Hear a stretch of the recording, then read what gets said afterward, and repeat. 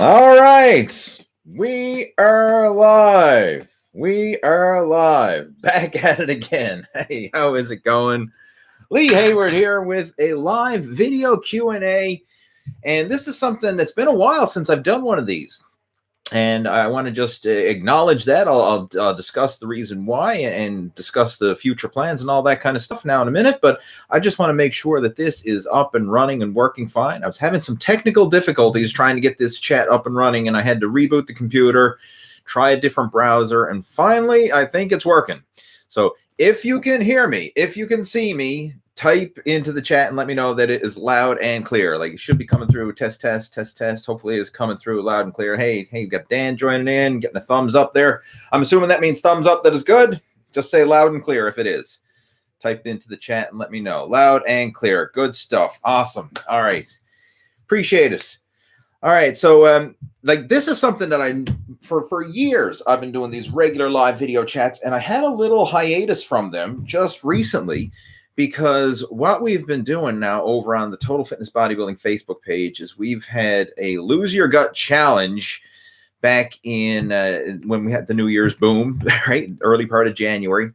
And that was a bigger challenge than I had anticipated. Had a lot of people go through that challenge, and it really took a lot of my time and effort to put that off. So I kind of prioritized the challenge and put other things on the back burner. And one of the things that I had to put on the back burner was YouTube videos.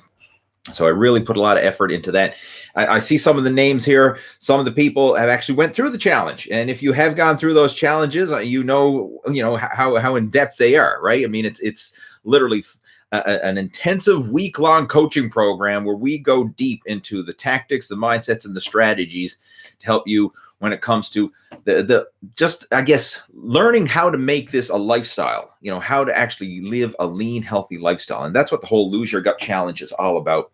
And I'm actually in the process now of putting together another one in February. So if you would like to come on board with this, again, it's a free 5-day challenge. It's the 5-day Lose Your Gut challenge where we're going to go deep into the tactics, the strategies, and the mindset of what you need to do in order to achieve your fitness and fat loss goals this year. Now, the name sounds a bit deceiving. I know some people look at it and say, a 5-day Lose Your Gut challenge. You can't lose your gut in 5 days. And I say, no, you can't lose your gut in 5 days, but you can learn what you need to do within 5 days. And again, think of it like a virtual workshop, like a virtual seminar, if you will, where 5 days we're going to go deep into the tactics when it comes to, nutrition, the workouts, the mindset, the strategies, and what you need to do to make this a lifestyle approach. What do you want, bud? Chocolate is yummy. Is it? Here, come on over. Come on over. We got a visitor. Hey, come on up. Look, Daddy's doing Harvey's having a snack right now. Dad's doing a live Q&A on YouTube. Yeah. Do you see yourself? Mm-hmm. Mm-hmm. Hello, me. Yeah, that's you. Can you say hello to yourself? Hello, me. Hello, me. Now, you shouldn't be eating with your mouth full. What are you eating? Kielbasa. Oh, yeah. Is it good? Mm-hmm. Yum, yum. All right, Daddy will come out and play with you now in a little while, okay? Can you just haul to the door and Daddy will come out and play with you in a little while? Daddy just wants to do a little video chat for a bit. Okay? Yeah. Okay. I'll come out and play with you. Just haul to the door, and I'll be out in a little bit. In a jiffy. Watch your hands. Don't sweat your fingers in the door. Okay. Good stuff. All right. There we are. So that's my little fella, Harvey. All right. Well, let's jump into this. So as I was talking about, I mentioned that we were doing an intensive Lose Your Gut challenge, and that took up a lot of my time. And several people who went through that program have now come on board with our Advanced Muscle After 40 Blueprint coaching program. So it just took a lot of effort to get things up and running. But now back on track with the YouTube videos. I got some plans in store for some new training series that I want to put together, because we're in a unique situation where like half the world is under lockdown again, half the world is back to the gym, and we're all over the place. So I want to focus on some training series for both home workouts as well as gym workouts. So regardless of what situation you're in, whether you're under lockdown or not, we got you covered, and we'll help you to get moving forward towards reaching your fitness goals this year. That's the goal, right? That's the goal here, is always making progress. So what I'm going to do now for the next 45 minutes or an hour thereabouts, I'm going to hang out here and answer questions. And I see we got a lot of chat coming through there. So if you've never attended one of these live video Q&As before, how this works is you got the chat window there. type in any questions or comments or topics of discussion that you would like me to discuss, and I'll do the best I can to help you out over the course of the video chat. If I can help you, I will. If I can't, then I'll let you know that as well and try and point you in the right direction. Like, I don't claim to have all the answers, but, you know, I've been doing this for 30 years, so I've learned a few things along the way. So if I have something worthy of sharing, I'll try and do my best to help you out. All right, so we got Dan joining in. We've got Abraham joining us. Lee is joining in. Jose is joining. Charles is here. Eagle Eye John. Dario. Tex Pop. Blue Leaf. Okay, we got a question here. Blue Leaf is asking, Lee, wondering your thoughts on reaching genetic potential as a natural lifter. Yeah, I don't know exactly what you mean there, but I mean, can somebody reach their genetic potential as a natural lifter? Well, your genetic potential is going to be, well, you have to look at it as, I guess, your natural genetic potential versus your enhanced genetic potential. But regardless, we all have a genetic potential, right? Like, you just can't continue to build muscle forever. Eventually, you're going to hit like a limit of how much muscle one can build. The average person, just kind of throw some numbers out there to give you like a ballpark guesstimate. The average person can probably put on 50 pounds of lean muscle mass on their frame naturally. Like, that's a general ballpark. Now, if someone who's genetically gifted can probably put on more. Someone who's not so genetically gifted is probably not going to put on as much. But a general ballpark that you can look at if you want to maximize the genetic potential is to put on 50 pounds of lean muscle to your frame. And that's approximately what I've done over my lifetime of training. You know, it's approximately that much weight. Now, where it can get a bit confusing is when you're actually looking at weight versus muscle weight, because simply gaining weight on the scale is not the same as putting on muscle weight, right? I mean, you can put on a lot of weight on the scale and it's not all lean mass, right? A lot of people know that, right? Because if you're overweight, right, it's not all muscle. And you know that, right? If the gut sticks out further than the chest, it ain't all muscle. But as far as lean muscle gains, what you can realistically expect is approximately 50 pounds of lean mass on your frame. And this is how it typically works, is you can make the best progress when you're starting out. And it really depends on when you do start out. Like, if you're training throughout your teenage years, you will make the most insane progress throughout your teenage years. Now, I know any teenagers watching this right now, like, they don't appreciate it. And you won't appreciate it until you get older, because everything happens in slow motion when you're a teenager, right? Nothing happens fast enough, right? You grow 6 inches in a year and you think, how come I'm not growing? And then your parents are looking at you like, my God, he's growing like a weed. Meanwhile, like, you don't see it for yourself, right? Like, everything happens or feels like it's happening in slow motion when you're a teenager, but to everyone else around you, especially, you know, your parents and people who are older, like, they're looking at you and just seeing these massive changes. But of course, teenagers, they don't appreciate it until they get older themselves. And I was the same situation. When I started training at the age of 12, I was around 130 pounds. By the time I was 19, I was around 210 pounds. So not all lean mass, by the way, but I made some really good gains. And that was 100% natural. Nothing. I mean, never took any performance enhancing whatever. I mean, I was a teenager living at home with mom and dad. I was broke. I couldn't even do it if I wanted to. I mean, that's the kind of gains that is possible for someone going through their teenage years, because your natural anabolic hormones are already on bust, right? I mean, like, you are going through a growth phase through puberty. And if you compound that with proper nutrition and proper training and just consistency, the progress that can be made is mind-boggling. So anybody who can take advantage of that, you will make some amazing progress. Now, not saying that you can't make progress if you're starting your 20s, 30s, 40s, 50s, or beyond. I mean, you can still make progress regardless of what stage you're at. But if you're looking at maximizing genetic potential, you want to definitely take advantage of those teenage years, because that's when your body is primed for growth. I mean, a teenager is going to get bigger and stronger regardless if they lift weights or not. Right?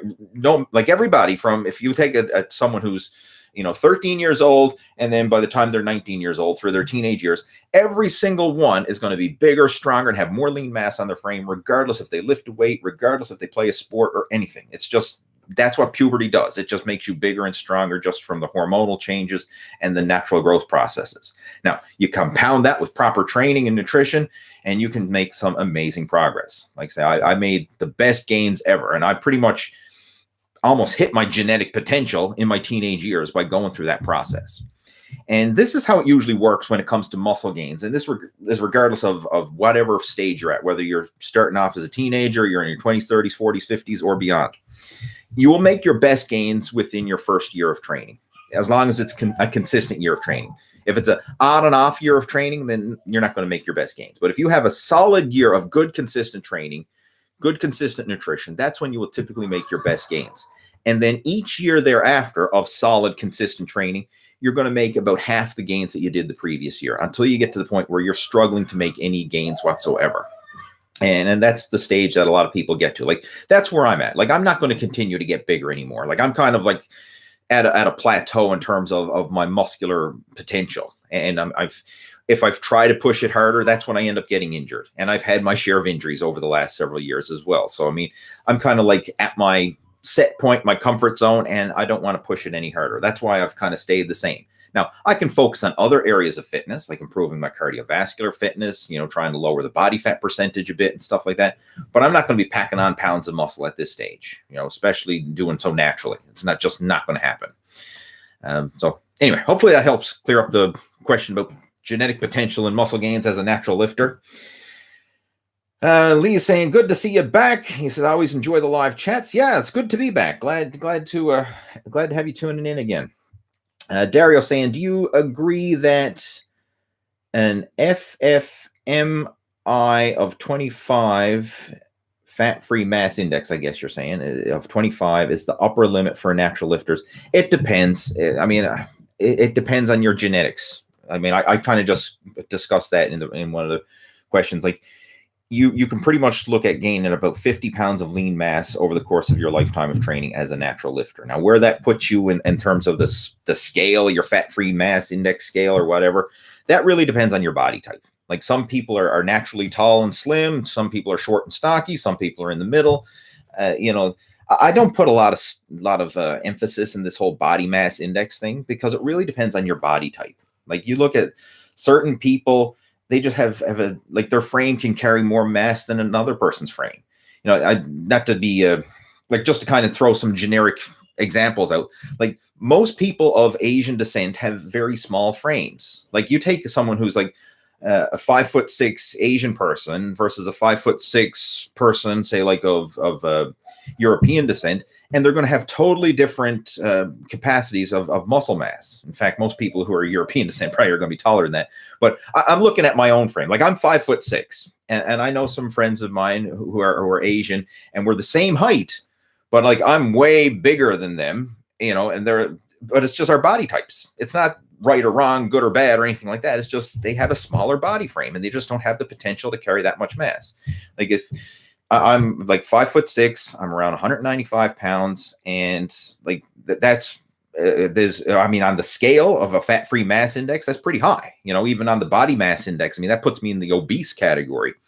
But you have somebody else who might have a different body structure, a different frame, and they're not going to carry as much mass on their frame. So it's really a genetic thing, and it's an individual thing. And I don't like these charts and graphs, because it doesn't factor in the body type. Like, we have the ectomorph, the mesomorph, and the endomorph. That plays a big role in determining how much mass someone's going to carry based on their height. What else we got? Tex Pop 5 is saying, Crispin went through the Lose Your Gut challenge. Yes, he did. He went through it. Is that you, Crispin? Are you Tex Pop 5?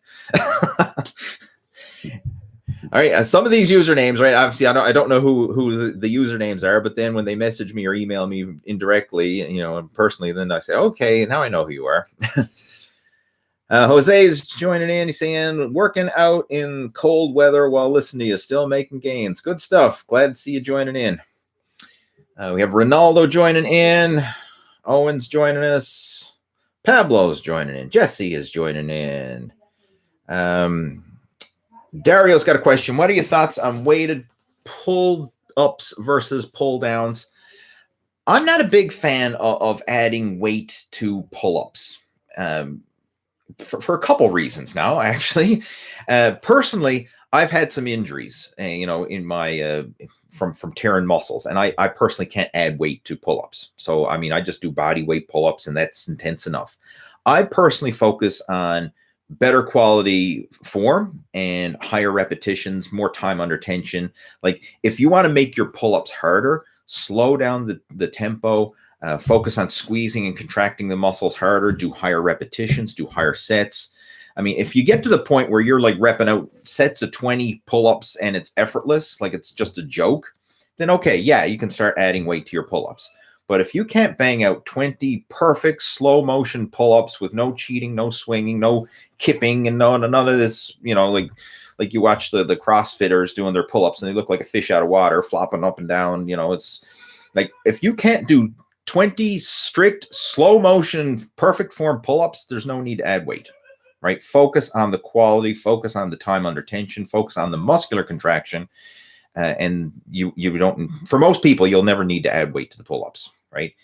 It's not a power exercise. It's not like nobody's going to ask you like, what's your 1 rep max pull-up or nothing like that, right? It's not a powerlifting exercise. It's not even the big 3. In fact, if there's any competition when it comes to pull-ups, is how many reps can you do? It's not how much weight can you pull up. So I'm not a fan of adding weight to pull-ups, right? Part of the reason is because of the injury risk, because it is the full range of motion, and you can really strain stuff. And that's what I ended up doing. Like a couple of years ago, I ended up tearing some muscles by really pushing myself with pull-ups. And like in the tricep lat tie-in area there, I tore some muscles and that. So and it still haunts me now. Like I still can't push myself to the full degree. So I'm not a fan of weighted pull-ups, but that's my opinion. Pull downs, I'm a huge fan of pull downs. I like both. I find that the pull down allows you to be a bit more stricter with the movement, and it also allows you to do different variations. You have a bit more control over how you do the movement when it comes to pull downs, like different bar attachments, different positions. Like if you want to lean back or lean forward, do it in front of the head or behind the head. Like you have a bit more flexibility with the pull down variation, and I find it's better from a muscle isolation point of view because of that flexibility that you have with the exercise. But I'm still a big fan of the pull-up as well. So, it's very similar, but, there's pros and cons to both of them. But I'm not a fan of adding weight to the pull-up. Let's see what else we got there. Mark is joining us. Lee, just wondering, what are your thoughts on full body calisthenics 2 days a week? Is it good for a recomp as a beginner? If you can do it, by all means. The only issue with calisthenics, i.e. body weight exercises, is you got to be pretty strong to do a lot of body weight exercises because you can't adjust the resistance. And if you are a beginner, again, I don't know what that means. Like there's different classifications of beginner. Some beginners are in pretty darn good shape. They might be beginner to the gym, but they're probably, have experience with sports and athletics outside the gym. Or you might be like a total beginner, like meaning can't do a single push-up beginner, can't do a single pull-up beginner. Like if that's you, then you're probably going to have some challenge when it comes to calisthenics and body weight exercises because you can't adjust the resistance of your body. Unless, of course, you're on a Chuck Norris total gym and you have that leverage platform, right, where you can do some exercises using your body weight and using the leverage of the machine, which, from a practical point of view, it's not a bad machine. I've used it before and it's actually pretty cool because you can, basically do exercises using your body weight as resistance and you can adjust it with the machine. So not sponsored by Chuck Norris or the Total Gym or anything like that. I'm just throwing that out there. So yeah, when it comes to calisthenics and body weight exercises, there's pros and cons to them. Yes, they're great exercises, but you can't adjust the resistance. So if you can't do pull-ups, you can't do push-ups or whatever, then you're kind of, it's a hard way to start. That's why I like machine exercises and gym exercises where you can use, free weights and machines and you can adjust the resistance based on your own strength and work capacity, right? You can start off with very light weights and that's the cool thing about it. So again, it really depends on the individual. I'm a big fan of doing those exercises. Like if you get good at body weight exercises, you show me someone who's good at push-ups, good at pull-ups, good at body weight squats and different exercises, lunges and things like that, they're going to be in great shape, right? You can build a lot of muscle and get in great shape with body weight exercises. But again, the problem is it's your body weight, right? You can't adjust it. Well, you can adjust it, but it takes a long time, right? You actually have to lose weight in order to lighten the load. All right, Pablo is saying, what do you think the future will be for gyms generally? I think the mask regulations and hand sanitizer and wiping down is going to be like the new future of gyms for sure. Like for all the negativity or whatever about coronavirus, one thing I have to say, the gym has never been cleaner. And like it's spotless in there because first off, the staff is going around cleaning the place all the time. Everyone is wiping down their machines, whereas before maybe 25% of the people actually wipe down their machines, right? Like, you know, most people were not wiping down their equipment after using it, whereas now like virtually everybody is. So I think the gyms are going to be cleaner in the future, which is a good thing. As far as, you know, this whole mask regulation, as long as that's going around, I'm sure that's probably going to be a standard. Who knows? It really depends. Like different places have different rules and regulations. The way we have it here at our local gym is we wear the mask when we go in, and it's encouraged to wear it when you're going around the gym. But when you actually do your exercises, you can take off the mask so that you can breathe normally while you're doing your exercises. What else do I think is going to be the future of gyms? I think they're probably going to have the layout of the gyms in the future more spaced out. They're not going to be having so much equipment crammed in. They're going to try and have a bit more social distancing. Like a lot of places now, when it comes to like the cardio machines, like at our local gym, for example, Platinum Health and Fitness, the one that I train at, we're only allowed to use every second piece of cardio equipment. So, you know, I mean, I can see gyms in the future, like if somebody was to open up a post-COVID gym, things that have to be spaced out more, you know, factor in that social distancing and stuff. But it's still going to be popular. I mean, like, this is something my wife and I, my tongue-tied here, my wife and I went out for lunch today after our workout at the gym this morning. And one thing we noticed is, like, at the gym, everybody is wiping down the machines and the place is spotless and clean. We went to the restaurant and the table we sat at, I mean, like, it was still dirty from the people who sat there before. I mean, like, it was physically cleaned off, but you could see the dirt was still left on the table. I'm thinking, like, man, like, the gym is cleaner than the freaking restaurant that we're eating at, right? Because everybody's wiping down the stuff at the gym, and, you know, they're not wiping it down the same as at the restaurant. So the gyms will be cleaner in the future. That's one thing I can pretty much guarantee. All right, what else we got there? Move on. Try to answer as many of these questions as I can without rambling on too much. Mark is asking, what's your opinion on mung beans? I've never eaten a mung bean, so I got zero opinion on a mung bean. He's wondering, mung beans for protein. Again, I don't know. Go on Google, look it up, look up the nutritional information about it. I've never heard of a mung bean, so I have no information to give you whatsoever. He's saying meat prices are high here. COVID affected us really bad. Thanks in advance. I've noticed that too. Meat tends to go, like where I live as well, like the price of meat has gone up. You know, you can look for other alternative sources of protein. Like when it comes to protein in terms of like the best bang for your buck, you can't beat protein powder, right? Protein powder on a gram for gram basis is the most cost-effective form of protein.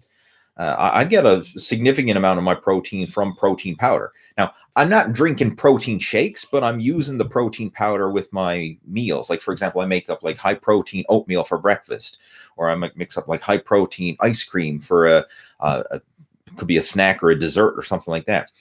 High protein pancakes, you know, so I like to have the protein, but I'll usually, you know, add it in and cook with it versus just drinking a protein shake. Like, I'm not a big fan of just drinking a shake because I don't get a lot of eating satisfaction or pleasure from just gulping down a shake. But if I mix it in with something, then I enjoy it more. So like I mix it in with the oatmeal, it adds some flavor and it bumps up the protein content of the oatmeal, and boom. It's like a win-win.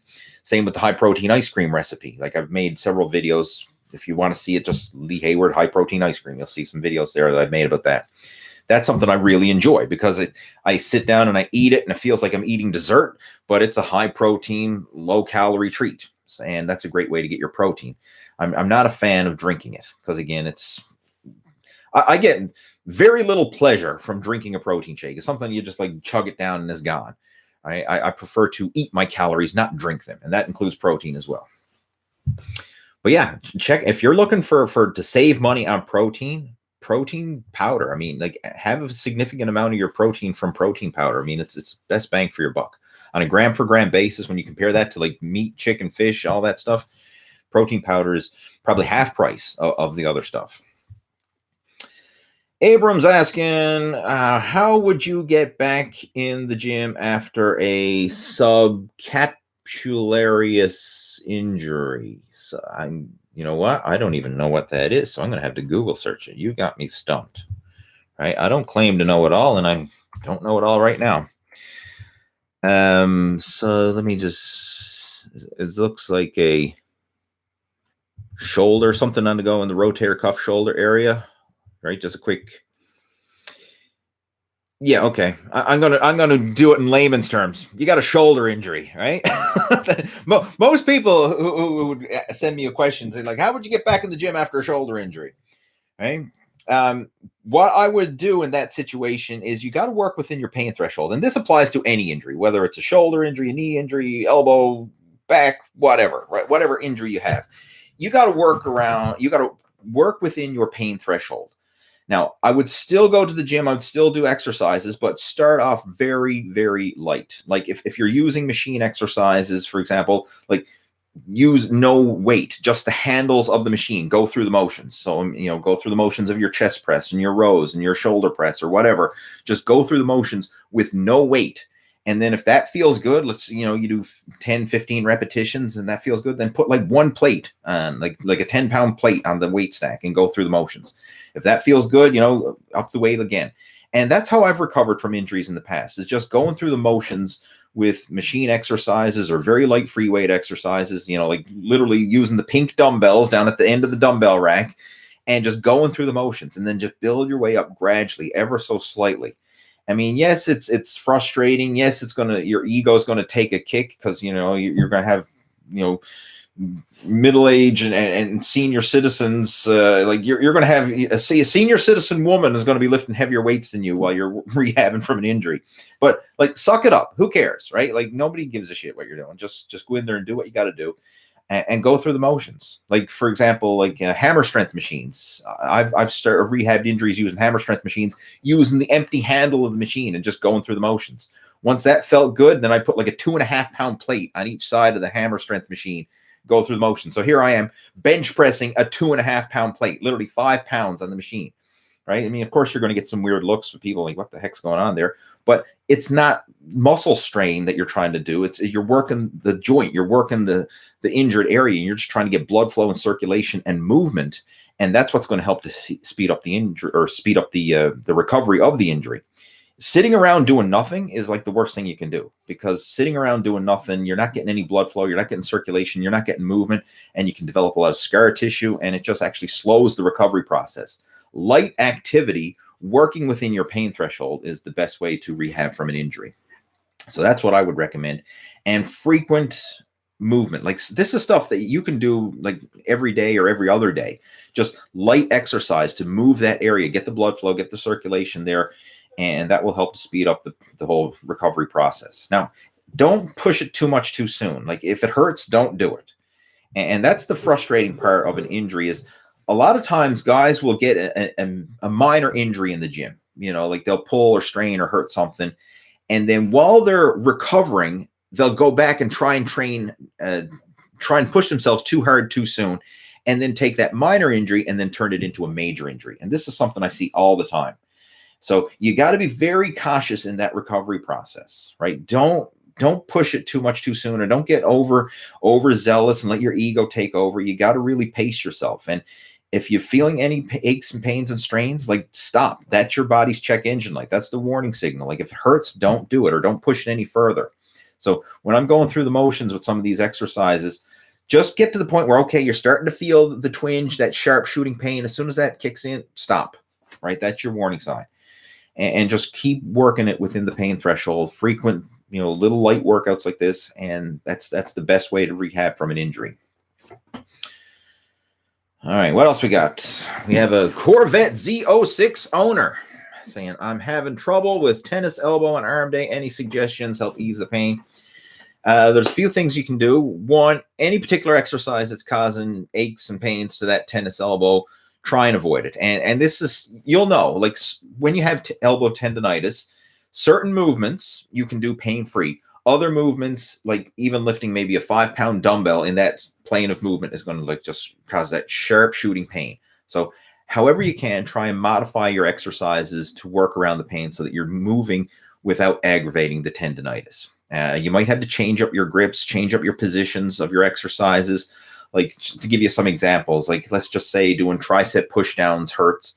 Maybe try doing tricep pushdowns with a rope instead of a flat bar or an easy bar. Like when you're doing bicep curls, like if a barbell hurts, try using an easy curl bar, or maybe using dumbbells, or maybe using resistance bands or something like that. Try different exercise variations where you're still working the muscle, but doing so in a different fashion, different movement, and different hand positions, because that can make a difference, right? You might be able to find certain positions that allow you to work around that and not cause aches and pains and aggravate the tendonitis. Same with all the different machines, like play around with the handles, the width, all that stuff when you're doing your machine exercises, and see what you can do to work around it. And another tip that I would recommend as well, you can get these tennis elbow braces. There's different kinds. One that I found the most effective, it's like a U-shaped brace, and it cups around your forearm here, and it's got an elastic strap that goes around. And I like the ones with the elastic strap versus the ones that just have the Velcro straps, because I find some of them, they're not stretchy. And then as you're moving your arm and your muscles flex and expand and contract, the brace sometimes will draw too tight when your muscles are flexed, and then when you're relaxed, the brace is too loose. Whereas if you have one with an elastic strap, it keeps constant tension, because obviously it'll stretch when your arm contracts, and it'll, the elastic will contract when your arm relaxes. So get one with the elastic strap if possible. Go on Amazon and just do a search and see what you can find. Like, I haven't ordered one in a long time, so I can't give you any direct recommendations in terms of brands or whatever, but what you're looking for is one, it's like a U-shaped brace, and it's got an elastic strap, right? That's what I would recommend. And I find that does make a noticeable difference, because it just helps to hold the tendons in alignment so that when you are working and contracting your arms, they're pulling in line, and they're not being you're not causing that inflammation and that pain when your tendons kind of like it's kind of hard to explain unless you've experienced tendonitis before. I mean, it's a common injury, so a lot of people probably know exactly what I'm talking about here. But when you're wearing that brace, it just helps to keep everything in alignment, so that as you're contracting the muscles and stuff, they're pulling where they're supposed to be pulling, and not causing that aches and pains and that tendon strain. What else is there? That's pretty much it. Another thing that I would recommend as well is wear a long sleeve shirt when you're training. Keep the joints warm, right? Like wear a sweater or a hoodie or something like that, a sweatshirt. And this applies to like anytime you've got an injury. Keeping that area warm will definitely help, right? Like so for example, like someone mentioned they had the shoulder injury. I'd wear t-shirt or a sweatshirt. Don't go wearing tank top in the gym, and let the cold air on your shoulders, because that's going to just aggravate it even more. Keep it warm. Even if you're sweating a little bit more and you feel a little bit too warm, I'd rather be a little bit too warm than being cold, because that's going to help to improve blood flow and circulation, and it's going to minimize the strain and the pain that you're going to feel in the joints, especially when you're working around injuries. Err on being a little too warm than being too cold. All right, moving on. Where was I? Thoughts on doing heavy lunges as a substitute for squat. That's from Dario. I'm not a fan of heavy lunges. I do like lunges, but I don't like doing heavy lunges, because the lunge is a stretch exercise. Like as you're doing the lunge, you're putting your body in a vulnerable position. And if you're going really heavy with lunges, especially if you're doing walking lunges or something like that, it's easy to lose your balance, especially if you got heavy weight and end up pulling, straining, or hurting something. So I would do the lunges, absolutely. And if you find that they're better than squats for you, yeah, but I wouldn't recommend heavy lunges. And again, heavy is all relative to the individual, but like I would not do like a 1 rep max lunge or anything like that, because of the risk of injury to the potential reward is not in your favor. But doing high repetition lunges, really focus on burning out the legs that way, absolutely. Another one that I'm a big fan of is step ups. Get yourself a good sturdy bench or block or box or something that you can do step ups on, And I find that that's even better than lunges. I find it's easier on the knees than lunges. So I like to do step ups, and that's something, you know, if you want to like hold dumbbells, you know, you can use that when you're doing your step ups. But I actually find that if I had to choose one or the other, I think the step ups would be a better variation because it's actually easier on the knee joint. At least it is for me. I mean, that's something you'll have to try for yourself and see what works best for you. But I find that when I push it heavy with lunges, and again, heavy is all relative here, aches and pains on the knees sometimes becomes a limiting factor. But when I'm doing step-ups, I don't have that same jarring stress on the knees. So I find it a more comfortable variation, and it's still working the same muscles. Other things you can look into as well. I mean, like you can try goblet squats. You can try, obviously, leg presses, you know, leg extensions, leg curls, all that kind of stuff. I mean, there's different exercise variations. Like you don't have to squat, right?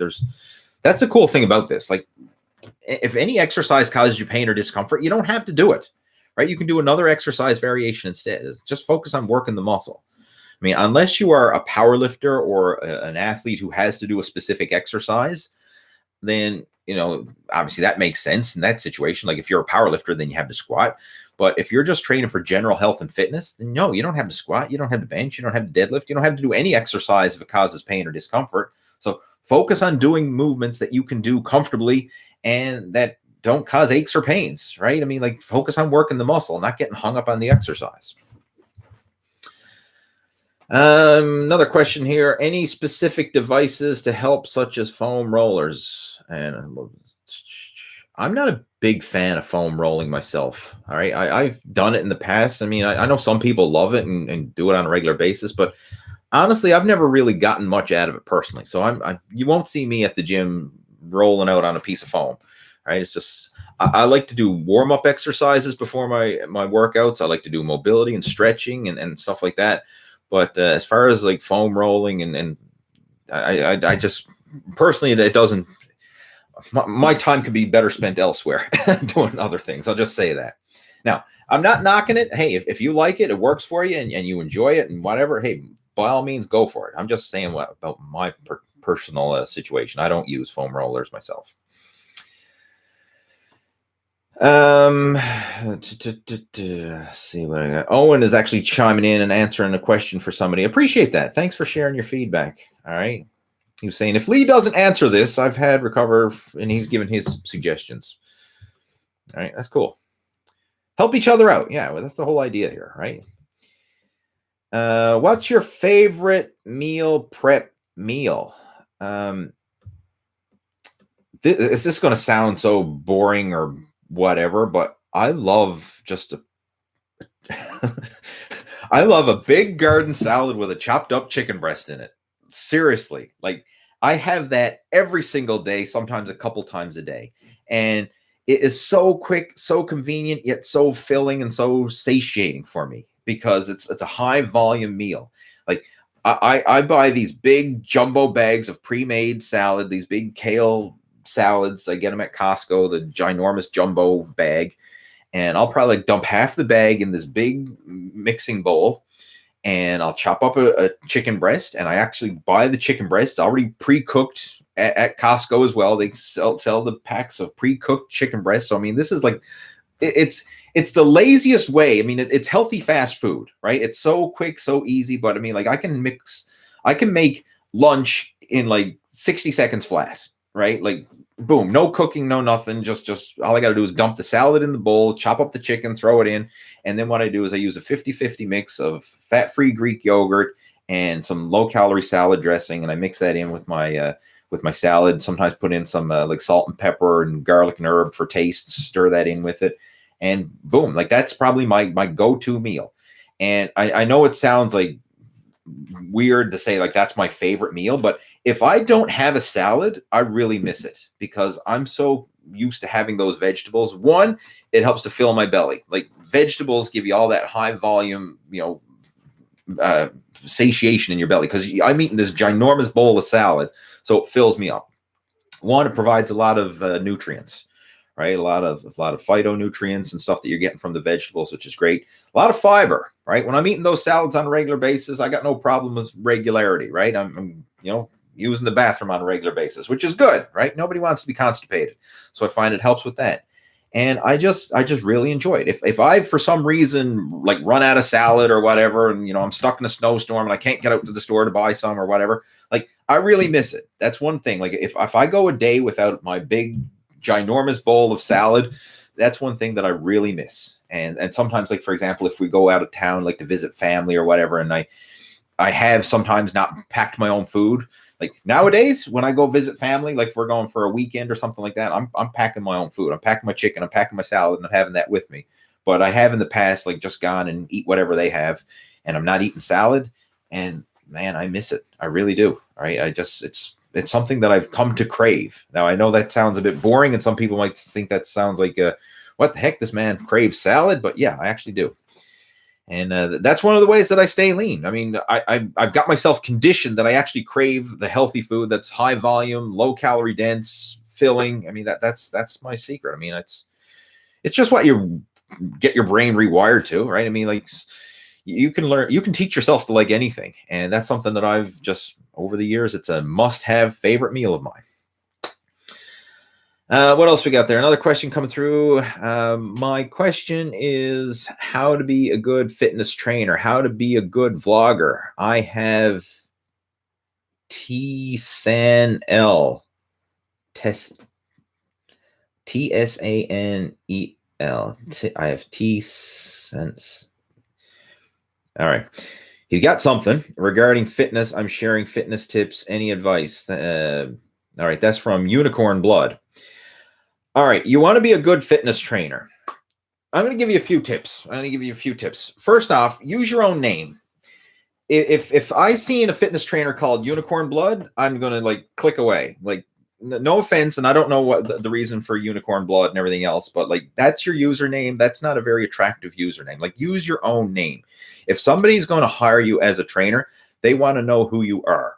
So hiding behind anonymous screenshots and fake names and like, being the anonymous keyboard warrior, like, that's not going to help inspire anybody to want to get to know, like, and trust you. That's the key when it comes to all this. People have to know, like, and trust you. That's why I do these video Q&As. That's why I put myself out there. That's why I don't hide.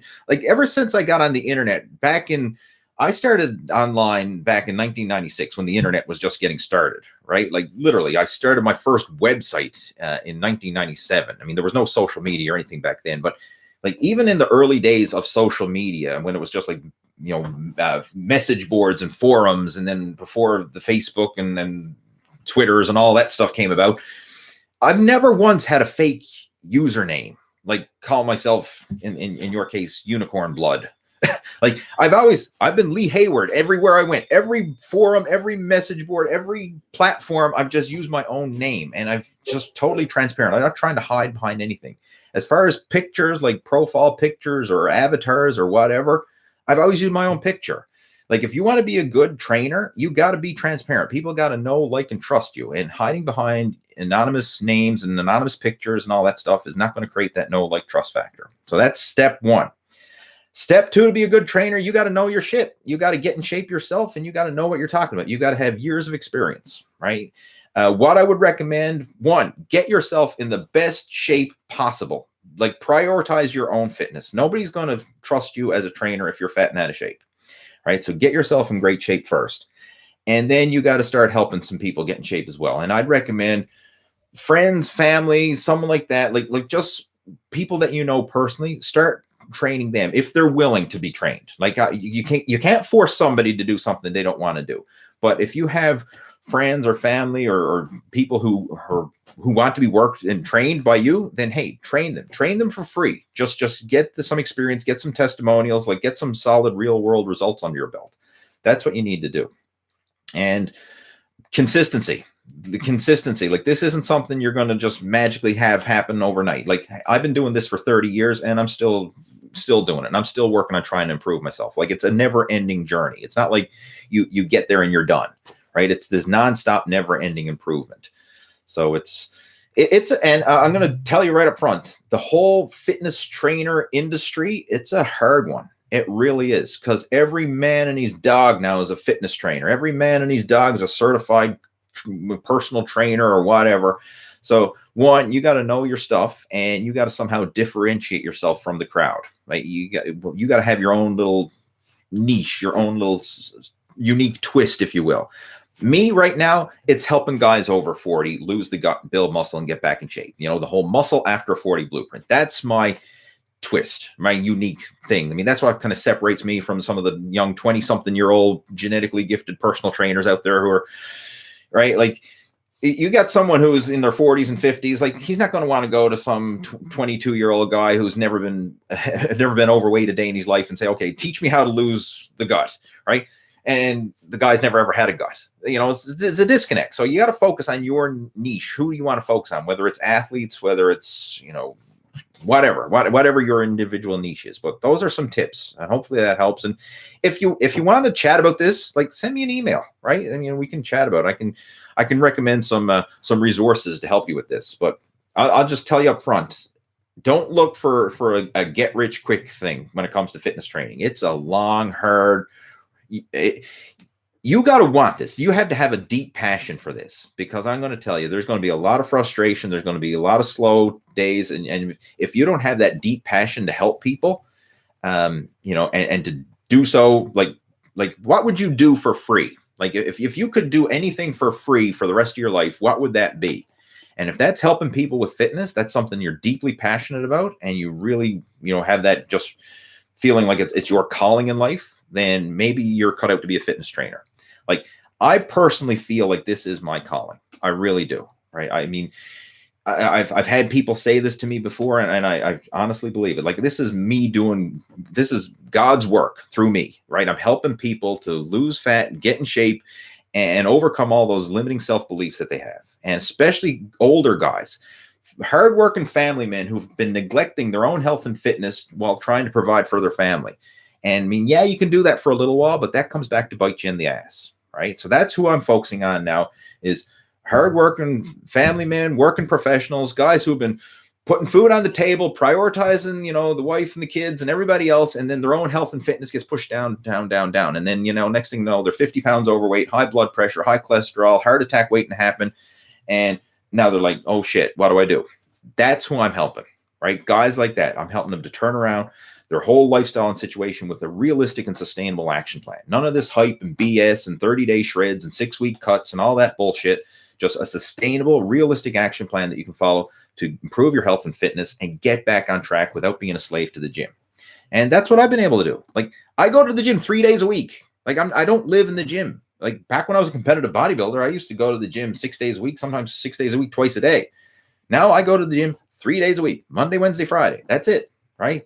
So I'm not living in the gym, but you can still make it work if you have a system in place. And that's what the whole Muscle After 40 blueprint is all about. It's a sustainable system. So you have to have that for yourself, right? And now I'm not saying you have to have a Muscle After 40 blueprint, but I'm saying you have to have your own unique niche. You have to have something that makes you unique and makes people want to actually come to you for advice. That's hard. That's hard. I mean, it's just to put up your shingle and say, hey, I'm a certified personal trainer. Like, nobody gives a shit. They're a dime a dozen.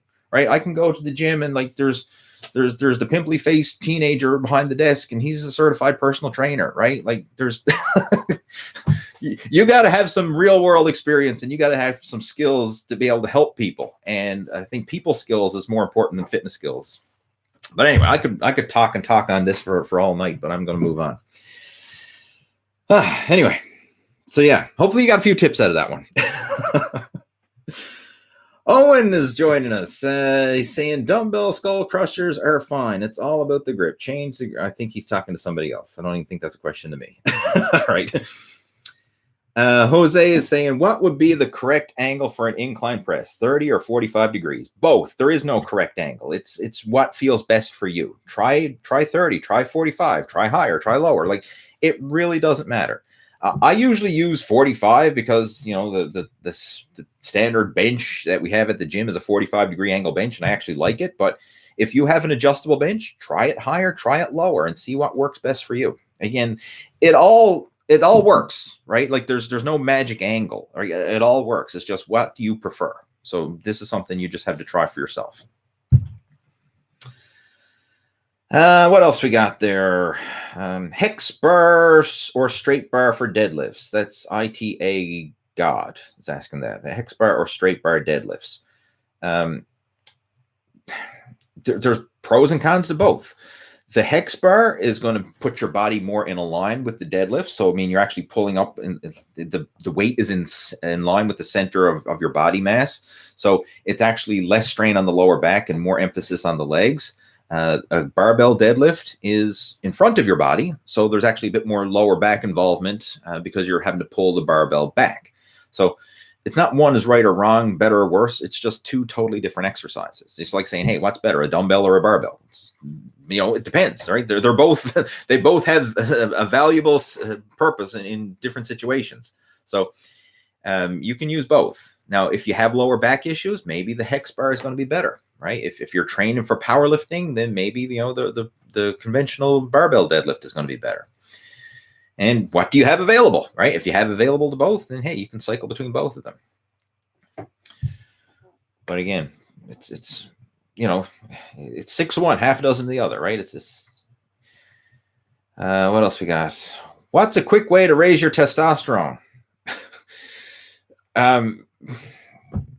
If that's a loaded question. First off, like, how old are you, right? Why do you need to quickly raise your testosterone? Like, I need to know a lot more situation. Like, the quickest way to raise your testosterone is to go get a bottle of testosterone, drop a needle, stick it in your arse, and inject it. That'd probably be the quickest way to raise your testosterone. Would I recommend it? No, unless it's a hormone replacement therapy prescribed by a doctor. But that's such a wild card question. That's like saying, how long is a piece of string, right? Like, I need to know more context behind that. So, Mr. King V, if you actually have some legit questions and you want to discuss raising your testosterone for whatever reason, like, hey, send me an email and we can chat about it. Again, my email address, for those of you who don't know, it's leeh@leehayward.com. leeh@leehayward.com. You can send me an email and explain the situation, because I'm not going to try and elaborate on that because I don't know your situation there. But quite honestly, the quickest way, I am going to elaborate on that now that I'm thinking about it. The quickest way to raise your testosterone is to stop doing things that are lowering your testosterone in the first place. So eating processed junk food, drinking alcohol, lack of exercise, poor lifestyle choices, poor sleep habits, like all that stuff. That's stuff that you want to fix first. Like, that's all things that are taking away from your natural testosterone production. Everybody's looking like, how do I raise it? How do I get it higher? Well, how do you stop it from being low in the first place, right? Like, that's what you need to look at.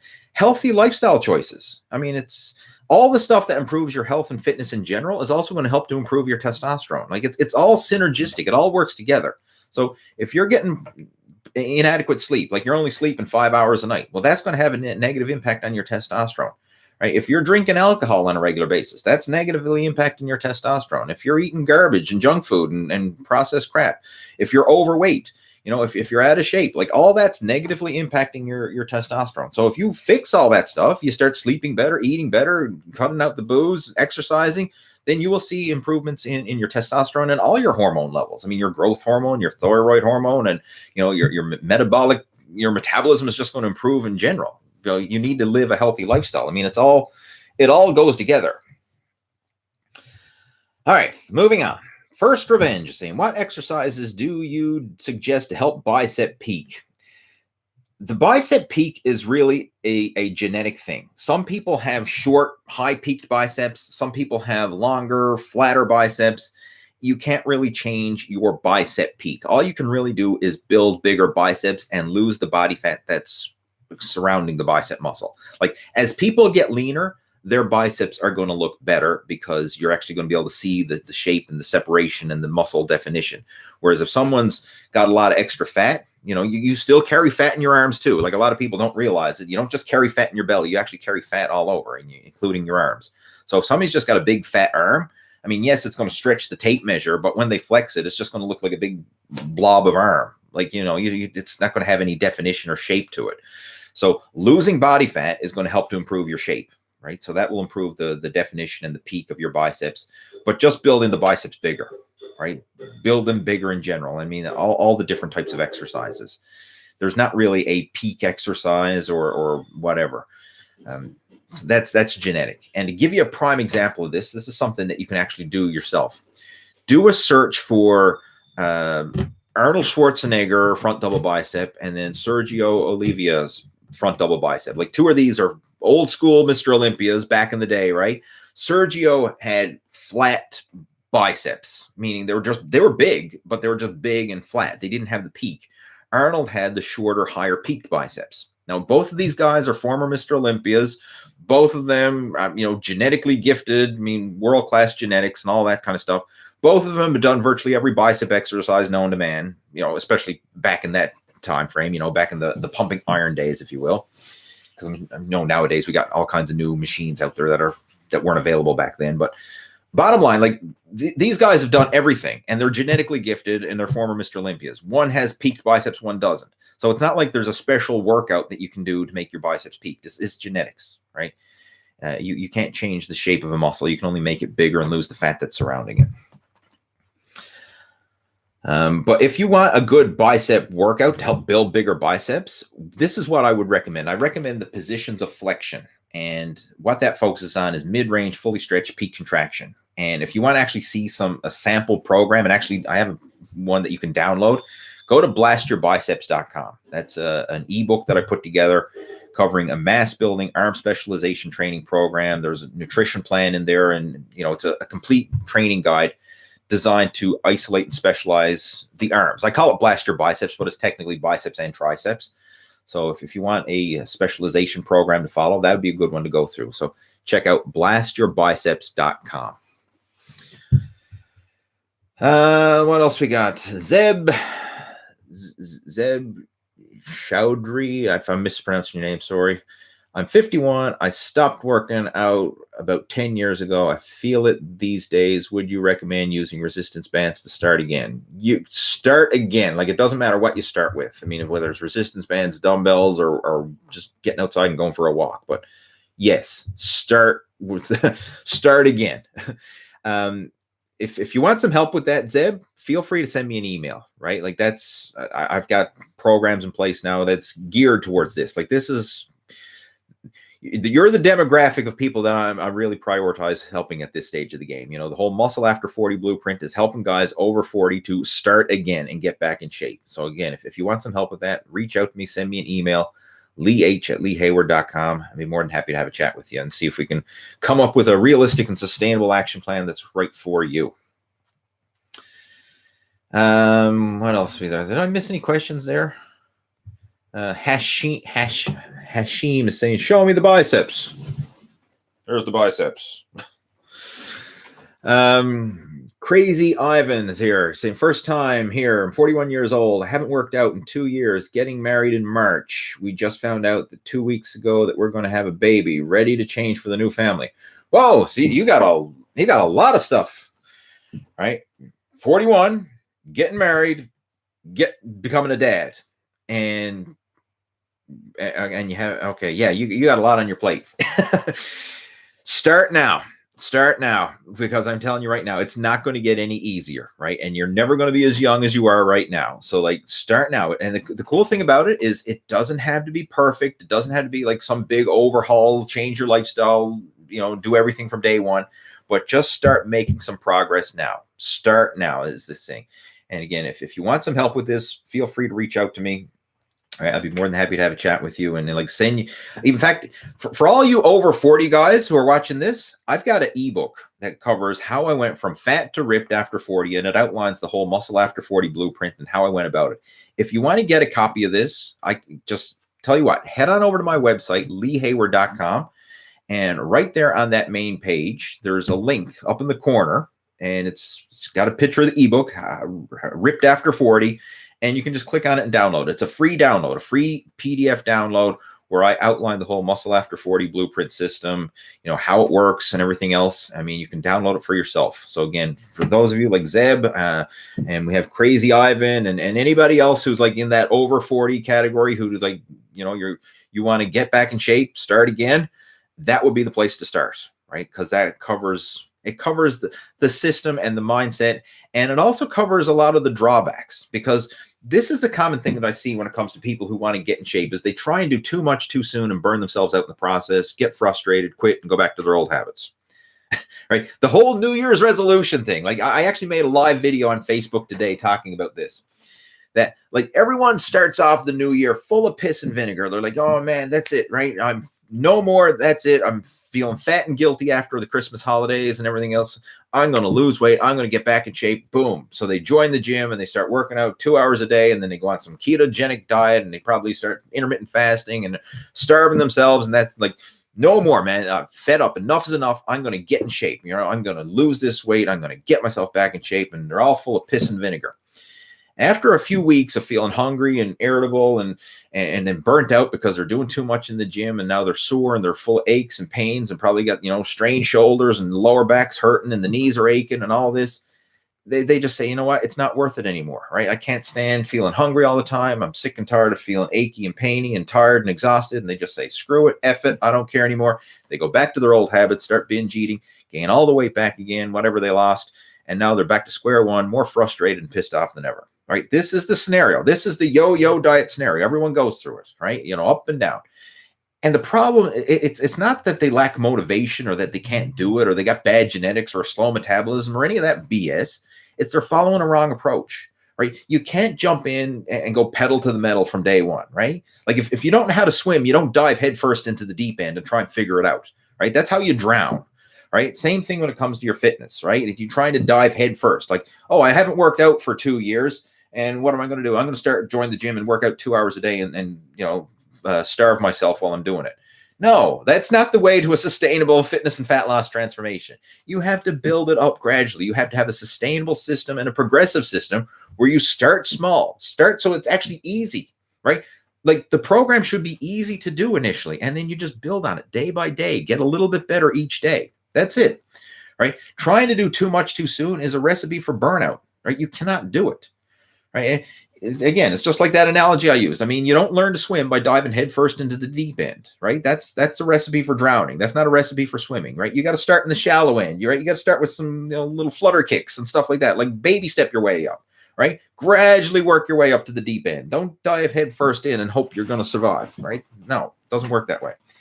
And that's the biggest mistake I see when people are trying to lose weight and get in shape is everyone thinks it's like a race, right? Like I can be overweight and out of shape for years, but once I start the so-called diet, then I got to lose it as fast as possible, right? I got to lose it in 2 weeks. I got to lose it in 30 days or something like that.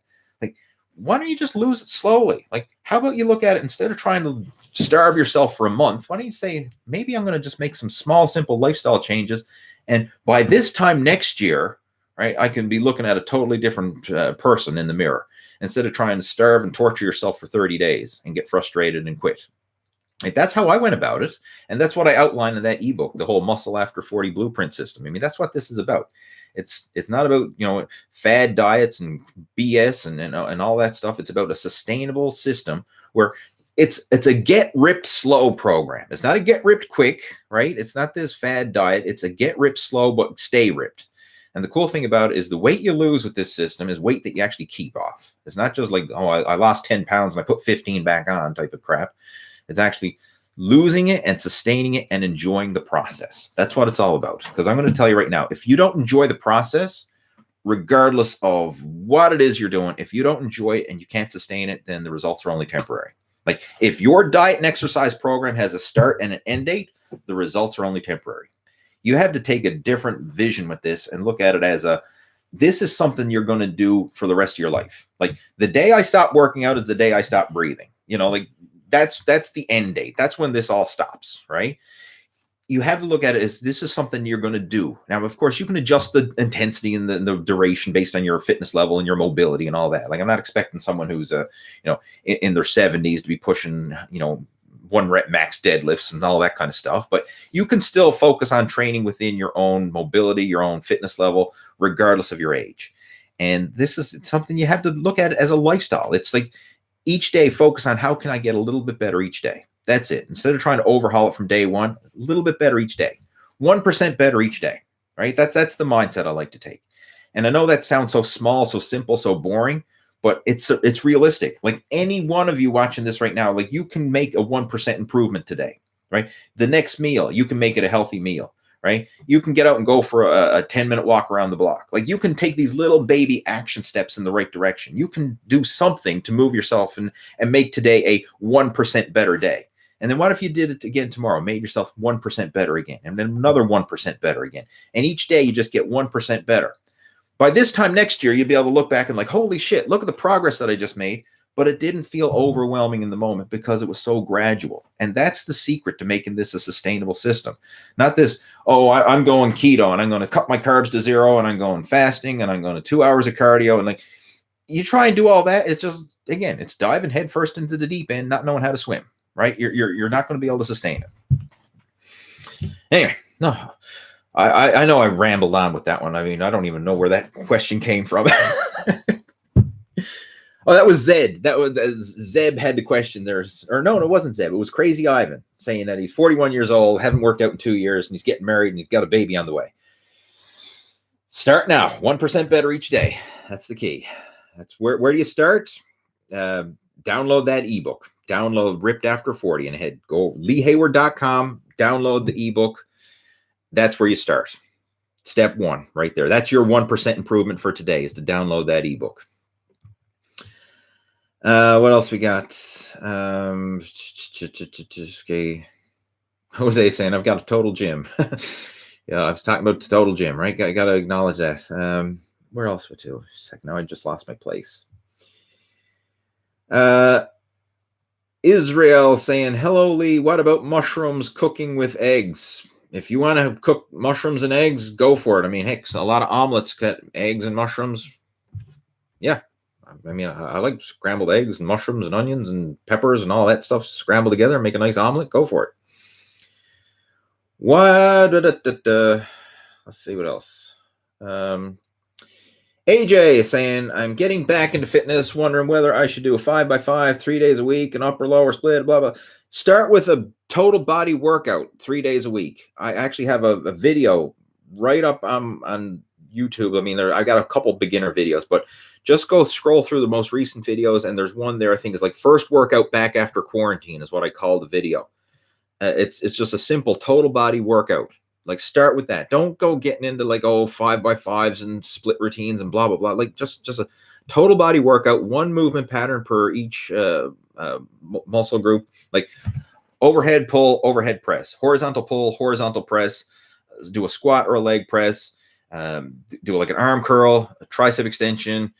Do some core work, you're done. Like, that's it. Just a couple sets of each. Boom. Like, don't make it any more complicated than that. Like, don't think, what about this angle and that angle and this exercise? And where's the deadlifts? And where's the Bulgarian split squats? And where's blah, blah, blah, blah, blah. And, what percentage of my 1 rep max am I training at? Like, just make it simple. Like, you haven't been working out. Like, why overcomplicate it? Just step 1, get your ass in the gym. That's step 1. If you do that, that's a victory. Step 2, just follow this simple little total body workout. And again, I got the YouTube video there. Like, you could play it while you're in the gym and like follow along, hit pause. Like, I do a set, you do a set, right? You can pause and play and work out with the video while you're actually in the gym. But I think it's called First Workout After Quarantine or something like that. But again, it's a fairly recent video on my channel. So just go to the main YouTube channel, open up the videos, and just scroll through. There's a few different workout routines. I also got a program that I did with my father. It's the father and son get back in shape workout. That'd be another good one that you could follow, right? But bottom line, like, don't overcomplicate it, right? Keep it simple. This is one of the biggest mistakes people make is like they're doing nothing, and then when they start again, they try and overcomplicate it with some crazy overthought diet, overthought workout. Like, start with the basics. Learn to walk before you run. Christian's joining us. He says, this may sound silly, but do you think doing 100 push-ups and 100 squats a day could lead to overtraining? Just use it to get a little exercise done at work. That's a good question. And I have done those type of routines myself, like add in 100 push-ups and 100 squats. And there's pros and cons to this. It does work in the short term, but it can lead to repetitive movements, aches, pains, and strains over the long term. And I found it, especially with the push-ups, and it could with the squats too, it could cause some knee or hip pain as well. But I found my shoulders, like I would do 100 push-ups a day, and probably get 2 to 3 weeks, no problem. But then after like 3 weeks, then, oh, geez, shoulders are starting to twinge a little bit, or the elbow's starting to click a little bit. And, it would just cause, I get these weird aches and pains. And it's just the repetitive movement, the strain of doing that movement over and over and over again, because you're doing it daily. So, I mean, if you want to follow that type of routine, there's nothing wrong with it, but you have to listen to your body. And if you're starting to feel those aches and pains, the repetitive movement strain, then you want to back it off. Or maybe even like do a modified version where, like, hey, maybe today we're going to do 100 push-ups. Tomorrow we're going to do 100 squats, and then alternate it day for day. So then you're actually giving your body a break in between movements. So you're still doing your 100 reps a day, for a little extra fitness and a little bit extra workout. But one day is squats, next day is push-ups. One day squats, next day is push-ups. So then you're actually giving the joints and tendons and ligaments a chance to rest, recover, and grow in between those push-up and squat workouts. That would probably be a better alternative, because I find, like, if you do it day after day after day, yeah, you're going to get 2 or 3 weeks of really good progress. Like, you're going to feel it. You're going to feel like your chest is feeling pumped and swollen, and your legs are feeling tight and good and everything else. But eventually, it's just going to be too much for the joints, tendons, and ligaments to recover from. And this is something that a lot of people don't factor in, is they just think of muscle recovery, but your joints, tendons, and ligaments need time to recover as well. Like, just because you don't have muscle soreness doesn't mean that the joints, tendons, and ligaments are good to go. And especially as you get older, you need to really factor in recovery time for the joints, because that's a lot of what older people have is joint pain, right? Like, how, if you know anybody who, like, you think of, your parents or your grandparents or, your elders, they're always complaining of joint pain. Like, oh, my knees, oh, my back, oh, me this, oh, me that. Like, everything they're always got aches and pains, and it's not necessarily muscle pain. It's usually joint pain. So that's kind of like, hey, maybe I got to take care of my joints as well. So that's what you need to look at when it comes to this, right? It's not just muscle recovery, it's joint recovery. And that's where you need to factor in, be careful of these repetitive movement patterns, because it can lead to joint pain. What else we got there? Yaha is joining in. Yaha, amen. Should I lose weight first or gain muscle? I'm training boxing, by the way. That really depends on you, your situation, and everything else. But what I would focus on, just based on that one line that I know about you, right? Focus on improving your athletic performance, and just let your body recomp. Like, basically, you can lose fat and build muscle simultaneously. Don't do this bulk and cut. Like, bulking and cutting is overrated, because usually when people cut, they end up losing too much weight and losing lean muscle in the process. When people bulk, they end up getting fat, and it's just nasty, right? Like, don't bulk, don't cut. Focus on body recomposition. So eating good quality food, like high nutrient dense foods, good quality stuff, and eat at a calorie maintenance or even just a very slight deficit. Right? Calorie maintenance or a slight deficit. And that's going to be enough energy for you to recover, for you to do your training and all that, but tap into burning stored body fat for fuel while building lean muscle in the process. And that's what we focus on with the whole Muscle After 40 blueprint system. It's not like bulking or cutting or any of that nonsense. It's all about body recomposition. We're eating high, keeping the calories high enough so that you don't feel hungry, you don't get irritable, and you don't have these temptations to cheat and binge and all that and go off track. So we're eating to sustain and eating to fuel the body. So think of like eat more, burn more, right? You're eating to actually fuel the body, and then you're allowing the training to burn the fat in the process, right? So it's, you're burning the fat through the training, and you're feeding the muscle through quality nutrition, not this trying to starve yourself lean or then bulk yourself fat and all that BS. Because I've done it for years. I've done the whole bulking and cutting thing, and it's, unless you're, in the extreme situation, like you're the stereotypical 98-pound weakling and you just like need meat on your bones, or you're, someone who's like 400 pounds obese or something like that, then okay, yeah, you can go on a more aggressive weight cutting diet or whatever. But for the average person who's just like overweight and out of shape, but you're kind of like debating this, should I bulk, should I cut? Like, if you're in that debate, focus on body recomposition, where you're actually building muscle while losing fat at the same time and improving your athletic performance in the process. Who else we got there? I'm going to get ready to include this up soon, because holy shit, I've been gone for over an hour. When I get talking, sometimes I talk for a while. But we got 50 plus people joining in and a lot of thumbs up there. If you're enjoying the chat and you actually enjoy these, like, hey, smash the thumbs up button. It helps. All right, I'm going to answer a few more questions and then clue it up. Who else we got there? Proxy saying, I'm skinny teen. I was wondering if you had any good workout plans. I was interested in upper lower body split. Yes, on the YouTube channel, there is an upper lower split routine. Like, go to my main channel and open up the playlist tabs, and you'll see playlists for all the different workouts, but there is an upper lower split in there. If that's what you're looking for, there's one in there, a full playlist for that.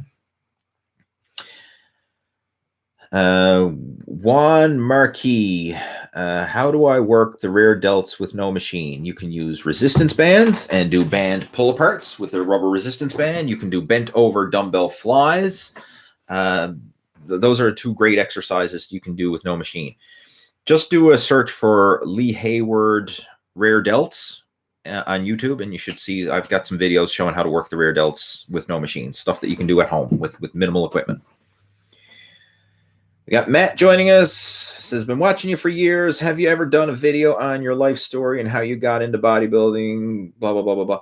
I've not really done a video, but I've done podcast interviews where I've talked about this type of stuff, but I haven't really done a whole video series. But you know what? That's something I should definitely do, because we've got people from all walks of life. Some people are just following me for the first time. Some people have been following me for 10 plus years. So yeah, that's something that I should definitely do. Thanks for the suggestion there, Matt.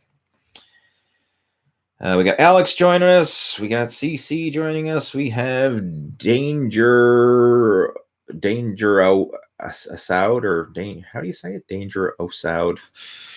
Saying that I rock. Thank you. Did I ever read Brawn by McRobert, and what did I think of it? I don't have a copy of that book. I have thumbed through it. But I've never read it cover to cover, but I've heard good things about it, and I don't have a copy of that one myself, but so I don't have any comments on that one. Mr. Fiji Water. Hey dude, you're amazing. Please say hello to I'm Wayne Keir. I'm Wayne Kerr, please. Hello. All right. CC saying, I tore my bicep tendon 20 years ago. It's healed over, of course, 8 months, and I have not had an issue with it since. Unfortunately, recently I've been feeling a snapping sensation accompanied by a loud cracking sound. There's no real pain, but it's irritating. All right. There's good and bad when it comes to that. What I would recommend, be very conservative with your exercises, but still focus on doing the exercises. Having that cracking or the pops and the weird sensations, as long as there's no pain, it's not necessarily bad. You want to work within your pain threshold. I've had issues before, sometimes I'm doing tricep extensions and my elbow clicks, or maybe I'm doing side lateral raises or shoulder presses and my shoulder clicks a little bit. As you get a bit of wear and tear on your body, you're probably going to have a few clicks and clanks and pops in the joints from time to time. As long as it doesn't cause pain or discomfort, it's not necessarily a bad thing, but you want to be careful of it. And I would err on the side of higher reps and lower weight, and just not pushing it heavy. I mean, in your case, you can still train your biceps and stuff, but just do so conservatively. Higher repetitions, probably 15 to 20 reps a set. Keep the weight low. Focus on the time under tension, focus on the movement, and not just simply trying to lift heavy weight. Heavy cheat curls, definitely like a no-no, especially someone with a pre-existing bicep injury, right? But you can do lightweight, high rep dumbbell curls, or any type of curl for that matter. It could be a machine, dumbbell, resistance band, doesn't matter, but lift within your means, right? The weights you lift should be weights that you can lift with total confidence, and then focus on increasing the time under tension, increasing the volume to make the workout more challenging. Don't focus on increasing the weight. Be very conservative when you're increasing weight, especially when you're working around old injuries, because it's easy to re-aggravate an old injury. But if you keep the volume higher and the weight lower, you should still be able to get a workout and build the muscle without aggravating that injury. I mean, this is stuff that I do all the time. For me now, a heavy set in the gym is a set of 10 reps. Like I'm usually doing sets of 15, sometimes 20, and depending on the exercise, maybe even sets of 25, right? Like if it's an isolation exercise. I'm not doing 5x5 or and anything like that anymore. I find like if I'm pushing really heavy weight like that, it's just the risk to reward is not my favor. And I'm at more of a risk of inviting an injury and pulling and straining something, because when you lift heavier, now more of the strain is being put on the joints, tendons, and ligaments, and the muscles are not working to the same degree. But when you're doing higher reps and more weight and more time under tension, there's not as much strain on the joints, but the muscles are getting a lot of fatigue. So that's what I focus on now. I focus on muscular tension, time under tension, and not just simply lifting heavy weight anymore. So that's what I would recommend, especially in your case where you've got a previously torn bicep tendon. I mean, the last thing you want to do is just snap that thing up again, right? I'm speaking from experience. Like I've torn both biceps in the past, and I mean, I don't want to go down that road again. Yay man saying, I'm 16 years old, I'm 80 kilos. Is there any advice for my body to get fit? And what is your best training? Yes, watch all my YouTube videos. If you want some good sound advice, I'll give it to you right now. Like this kind of like the one-stop shop for getting like a good quality advice without a lot of hype and a lot of BS. Download my Total Fitness Bodybuilding app. That's something I would recommend, and you can go get it. I have a link to it right on my website, leehayward.com. There's a link there where you can go download, or you can just type in leehayward.com/app, APP. That would be like the best $2 you ever spend. That's a $2 app. You can download it for Android or Apple. And it covers like sample workouts. There's an exercise database. There's sample meal plans in there. There's like, when I put that app together, I was like, if I was to give somebody like the one-stop shop to kind of like just somebody's brand new and wants to get started, like this is what I would give them to get started. And that's what I put together in the Total Fitness Bodybuilding app. So again, I would recommend you go download that for yourself. All right, I'm opening it up here now on my phone just to kind of give you a virtual tour. All right.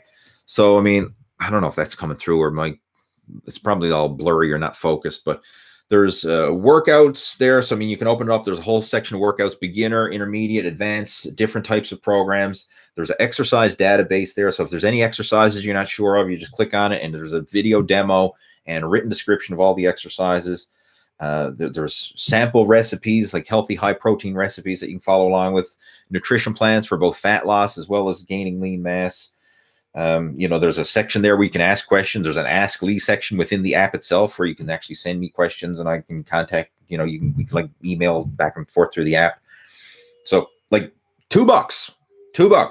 And I'm going to tell you, I'm not getting rich off this app. That $2 helps basically cover the hosting costs and the developer fees that went into that app. Like I'm not retiring to the Caymans anytime soon on those $2 apps. I can guarantee you that. But it covers the expense of actually keeping that thing online and running it. So if you want it, you want your one-stop shop to get yourself in shape and you're not looking to break the bank, then $2 for that Total Fitness Bodybuilding app, I think would be a smart investment. Right? Certainly better than going and buying yourself a coffee at Starbucks. And I don't even think you could probably even buy yourself a coffee at Starbucks for $2. Right? What else we got there? Pram is saying, I do not understand this stuff. All right. I can't help you. I mean, send me an email and I'll try and have a chat with you. Mo is saying, I'm 18 and I have a question. My chest and back are quite big, but my arms and shoulders are pretty small. It doesn't look good. What should I do? You want to prioritize your arms, and I can relate to that. I had the same issue. I have, like, genetically, my chest and back respond much faster than my arms. And that's the reason why I put together the Blast Your Biceps program. I actually mentioned this earlier in the chat, but head on over to blastyourbiceps.com.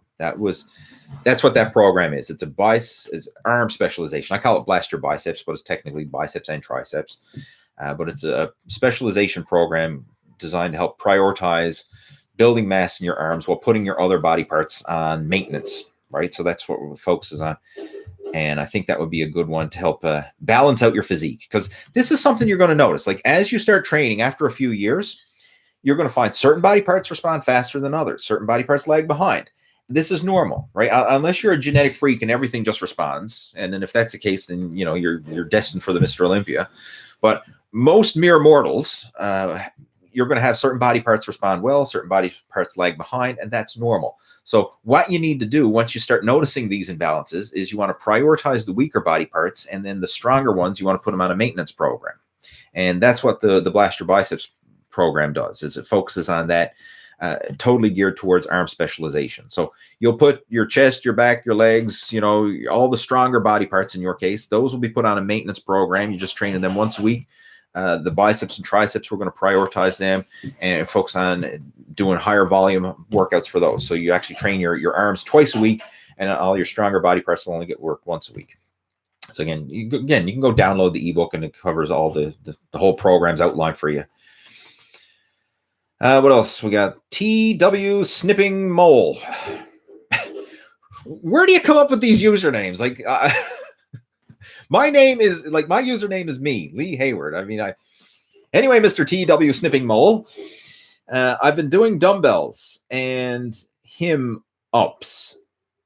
Maybe he means chin ups. It comes out as him ups. Maybe a spell check typo on your thing. Anyway, doing dumbbells and him ups for 2 months, and I hardly noticed any change. What do you recommend? Keep training. 2 months is not long enough to see any significant change. Like, if you've noticed any change at all, that's good. Like, the people who you're comparing yourself to, like, you've been working out for 2 months doing him ups and dumbbells. And again, I don't know what kind of workout you're doing with him ups and dumbbells, but the people that you're probably comparing yourself to and saying like, oh my God, look at that guy, he's in such good shape, and look at me, I suck. He's probably been training for 10 years consistently with a well-structured program. Like, that's what you're looking at. So you've been doing it for 2 months. It's like me learning to play the guitar, right? Imagine I'm playing the guitar. I've been playing it for 2 months, and I suck. I can hardly strum out a song or anything. Like, I'm sucking at it. And then I'm looking at, whoever. Like, you're looking at some professional guitarist, right, who's been playing for 20 years. And then I'm looking at, well, how come he's so good, right? I suck, right? Granted, he's been doing it for 20 years. I've only been doing it for 2 months. But why is he so good, right? He's been doing it for 20 freaking years. Same thing when it comes to workouts. Like, you're looking at yourself, okay, I'm 2 months in. How come I don't look like the guy who's been training for 10 or 20 years? It's because you're only 2 months in. Like, give yourself some time. Seriously. Like, it takes time to see progress. And 2 months, like, you're still a beginner. You're just getting your feet wet. In fact, you only got 2 exercises there. You got dumbbells and him ups. And I'm saying this with love. I know I'm making a bit of fun here and having, cracking some jokes or whatever. But the truth is, like, 2 months is nothing in the greater scheme of things. It's not. I know it might seem like a long time for you and might seem like a big deal, but in the greater scheme of things, 2 months is nothing. Like, imagine going to university for 2 months, or imagine, a woman gets pregnant and she's only pregnant for 2 months, and she's like, where's the baby? Where's the baby? I've been pregnant for 2 months. I haven't got a baby yet. What's wrong? Right? Like, stuff takes time, right? It's like a farmer planting a seed in the ground and then coming back tomorrow. Like, where's the plant? Where's the plant? Right? I want to harvest. Come on. I put the seed in the ground yesterday. Come on. I'm ready to harvest. No, stuff takes time, right? You can't just start working out and like muscles just magically appear out of nowhere, right? It takes time to see a significant physique transformation. Like, look at like where you want to be this time next year. Like, seriously, look at it in that type of time frame, like in a year or longer. Like, where are you going to be this time next year? Where are you going to be this time in 5 years' time? Where are you going to be in 10 years' time? Like, that's where you want to look at. That's where the changes really take place. Like, if you see someone who's been working out consistently for 5 or 10 years, okay, now that's somebody who's in shape. You see someone who's been working out for 2 or 3 months, like, you hardly notice any change, right? It takes time to make a significant change. What else we got there? Gabby is joining in. Is it a good idea to use creatine on a calorie deficit? Yes, you can use creatine regardless if you're in calorie deficit, surplus, or whatever. Creatine is a great supplement. It's not only good for muscle building, it has mental and cognitive benefits. It's actually a good health supplement. Like, it's been shown to help people with mental degenerative diseases like Parkinson's and Alzheimer's. Like, creatine is a good supplement, just as a general overall health supplement. I mean, even if you're not working out, I'd still recommend taking creatine just for the health benefits alone. What else we got? I'm going to clue this up, guys, because I've been going for almost an hour and a half, and that's like long. I'm going to ask her one more question and clue it up. Let's see. I already answered this one. Somebody's asking about legs with lunges at home. Yes, I already covered that. I think I already covered. A lot of these sometimes are repetitive questions, so let me just see. Mm-hmm.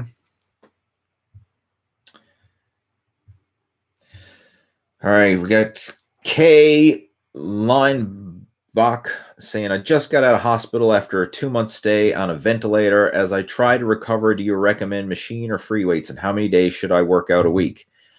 All right. Obviously, in this situation, talk to your doctor and see what you're physically able to do. I mean, I don't know your health situation, but if you just got out of hospital, obviously, you know, you've got some health issues, right? I mean, that's an obvious thing.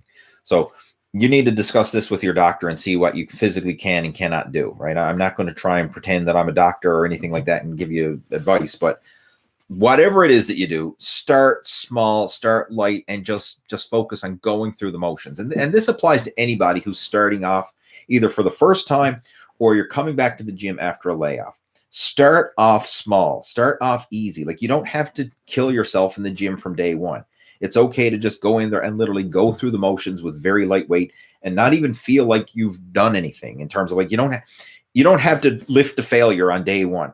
Like, it's okay to just take a very light weight. I mean, heck, a 5-pound dumbbell and just curl it, press it, whatever. Like, learn how to do the exercises with a 5-pound dumbbell, or going through the machines. Like, put 10, 20 pounds on the weight stack and just go through the motions. Learn how the machine works. Learn how to use all the different machines at the gym and the different exercises. Like, it's okay to go through the motions. And just going through the motions is progress at this stage of the game, because you've been in the hospital for the past 2 months on a ventilator. So you haven't been working out very hard for the past couple months. So even going into the gym and like going through the motions is progress. And then from there, all you have to do is just do a little bit better than you did the day before, right? Like, each week, try and add 5 pounds to the weights, right? Like, add 5 pounds to the barbell, add 5 pounds to the weight stack or whatever, and just go through the motions. Start off ridiculously light, even if it's lifting empty barbells and 5-pound dumbbells. That's cool. That's fine. Go through the motions. And then just focus on baby steps each day. And I mean, you will see that adds up. I mean, as far as a workout routine, I would recommend like a 3-day per week total body workout, just going very easy, going very light, and just take it from there. It doesn't have to be this drastic program. Like, again, I've mentioned this before. The biggest problem that I see is people trying to do too much too soon.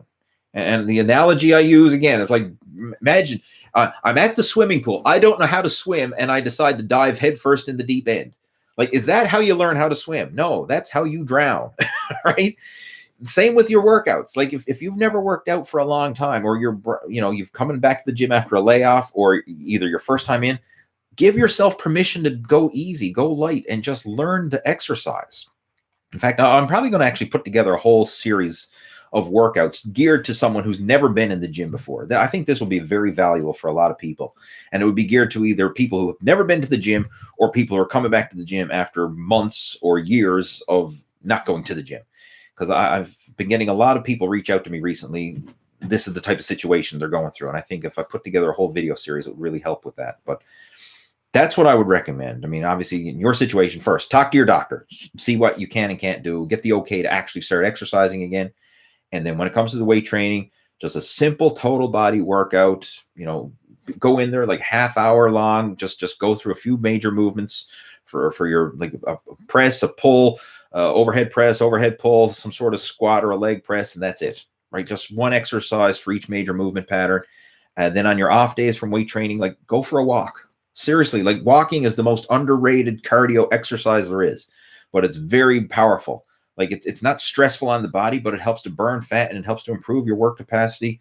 And it's something that you can do. And this is what I would recommend. Like, try and do weight training one day, walking the next. Weight training one day, walking the next. And this way you're getting daily exercise, but you're working within your body's recovery ability. You're not overtraining or stressing yourself out, because the weight training is the high intensity exercise. The walking is the gentle, low intensity exercise. And when you combine both, I refer to it as my yin and yang training system, right? So you're getting high intensity alternated with the low intensity, and you're working different energy systems, different movement patterns. And even though you're getting the benefits of daily exercise, you're working within your body's recovery ability. So on the walking days, your muscles, joints, and tendons are actually recovering from the weight training. And then on the weight training days, that's when you're actually breaking down and stimulating some muscle growth. So it's a very complementary system. And this is what I do myself. I go to the gym 3 days a week, and then on my off days, I do some sort of cardio, whether that's bicycle ride, walking. Today it was a dog walk, right? Took the dog for a walk. But simple stuff like that actually works. I know a lot of people try and overcomplicate it and make it too big and thinking, well, I need some advanced protocol and the most advanced training split and this and that. I'm telling you, like, the master the basics done consistently produces real world results and sustainable results. I mean, like, I don't do anything crazy or complicated. I just focus on mastering the basics and enjoying the process, and it works. All right, with that being said, I'm going to get ready and clue it up. And what do we got here? We got Buff Canuck joined in and put in a $10 tip. Thanks there. He says, glad the live streams are back and I missed them. All right, I appreciate that. Thank you so much for your support. And I'm glad to be back as well. I'm looking forward to doing these on a regular basis. So I'm going to clue it up. Shit, I went for an hour and a half. That's a long chat. Hopefully you enjoyed it. If you do want to reach out to me, like if you do have any questions or you want to reach out, discuss like a training, nutrition, or potential coaching or anything like that, send me an email. My personal email address is leeh@leehayward.com. Feel free to reach out to me. I respond to my own email. I mean, it might take me a day or two to get back to you, but I do respond to them. And if you're looking for a plan to follow to get started again, then I've got one for you. It's the whole Ripped After 40 program. This outlines how I was able to get myself back in shape after 40, after I let myself go. And for those of you who don't know, I'll give you the quick little rundown. Like, I'm a competitive bodybuilder. I was competing from 1995 until 2011. 2011 is when I did my last show. And after then, I slowly let myself slide because I wasn't, I didn't have the motivation of a contest and competing and all that competitive drive anymore. So I slowly started to let myself slide. And then in 2016, that's when my wife gave birth to our son, Harvey, who you've seen earlier on the video chat, came in and made an appearance. And that's when I realized, man, like I wake up call, right? I don't have all the time in the world to be going to the gym whenever I want. I mean, obviously, when you're a parent, your priorities get pushed down the list, right? You're not the top priority anymore. So waking up, all hours of night to a crying baby, bottle feeding, diaper changing, all that kind of stuff, and just the extra stress of parenthood and not having the free time. And man, it just got to me. And I got to the point where, I'm too tired to go to the gym. You know what? I'll do it tomorrow. And then tomorrow I'll get pushed off. So, screw it. I'll start again on Monday. And it's like when it comes to meal prep, I'm like, man, I'm too tired to meal prep. You know what? I'll just pick up the phone and order a pizza tonight. I'll get back on track tomorrow. And then, of course, tomorrow will roll around and I'll get back on track on Monday, right? It's okay. I'll get back on track. And all those little decisions started to compound until it got to the point where I'm looking in the mirror and I'm like, who is this fat slob looking back at me, right? Like, I don't recognize the man in the mirror. And those little decisions, they creep up on you until you have that wake-up call, right? And big wake-up calls for me was actually because I was still doing YouTube videos and stuff like this, right? I was still making videos. And then I would have people comment to my videos and say, like, who's this fat fucker giving fitness advice? And then, of course, a lot of my fans who've been following me for years, like back in my bodybuilding days, they would say, well, Lee's a good guy. Lee knows what he's talking about. And they'd almost like, trying to defend me or whatever. And I'd be like, yeah, you tell him, right? But then I kept getting those comments like, who's this fat slob giving fitness advice? Who's this fat, FUCKER, blah, blah, blah. And then I was thinking, you know what? They're right. I am a fat slob, right? I got to get my stuff together. And that was a big wake-up call for me. And that's where the whole muscle after 40 blueprint, because that's where I decided, I got to come up with a system that allows me to get back in shape, enjoy the process without the extreme ups and downs of contest cutting and all that kind of stuff, and just have a sustainable system. And that's where the whole muscle after 40 blueprint comes about. And in that book, I outlined the process and outlined the story. So, I mean, if this is something you're interested in and you're in that situation where, like, you're a busy parent, you're working professional, like, and you don't have endless time to be just running to the gym for 2-hour workouts and all that. And you got to be very efficient, but still want to make progress and improve your health and lose the weight. That's what the whole process is all about. So head on over to my website, leehayward.com, download a copy of that ebook. And like I say, that will definitely lay out an action plan for you. And that's my goal with this, is to share this so I can help other guys who are in that situation, like guys who've got the dad bod, right? That's what this is, dad bod transformation, right? You know, I'm actually working with those guys over there on a private, or it's a massive Facebook community. And I'm a resident coach over on dad bod transformation, because this is what I'm focusing on now, is helping guys who are, you know, lose the dad bod and get back in shape again. So again, if this is something you need some help with, download a copy of the ebook and reach out, send me a message, and I'd be more than happy to have a chat with you. All right, I'm going to clue it up. Take care. Enjoy yourself. I'll be back again next week with another live Q&A. Over and out.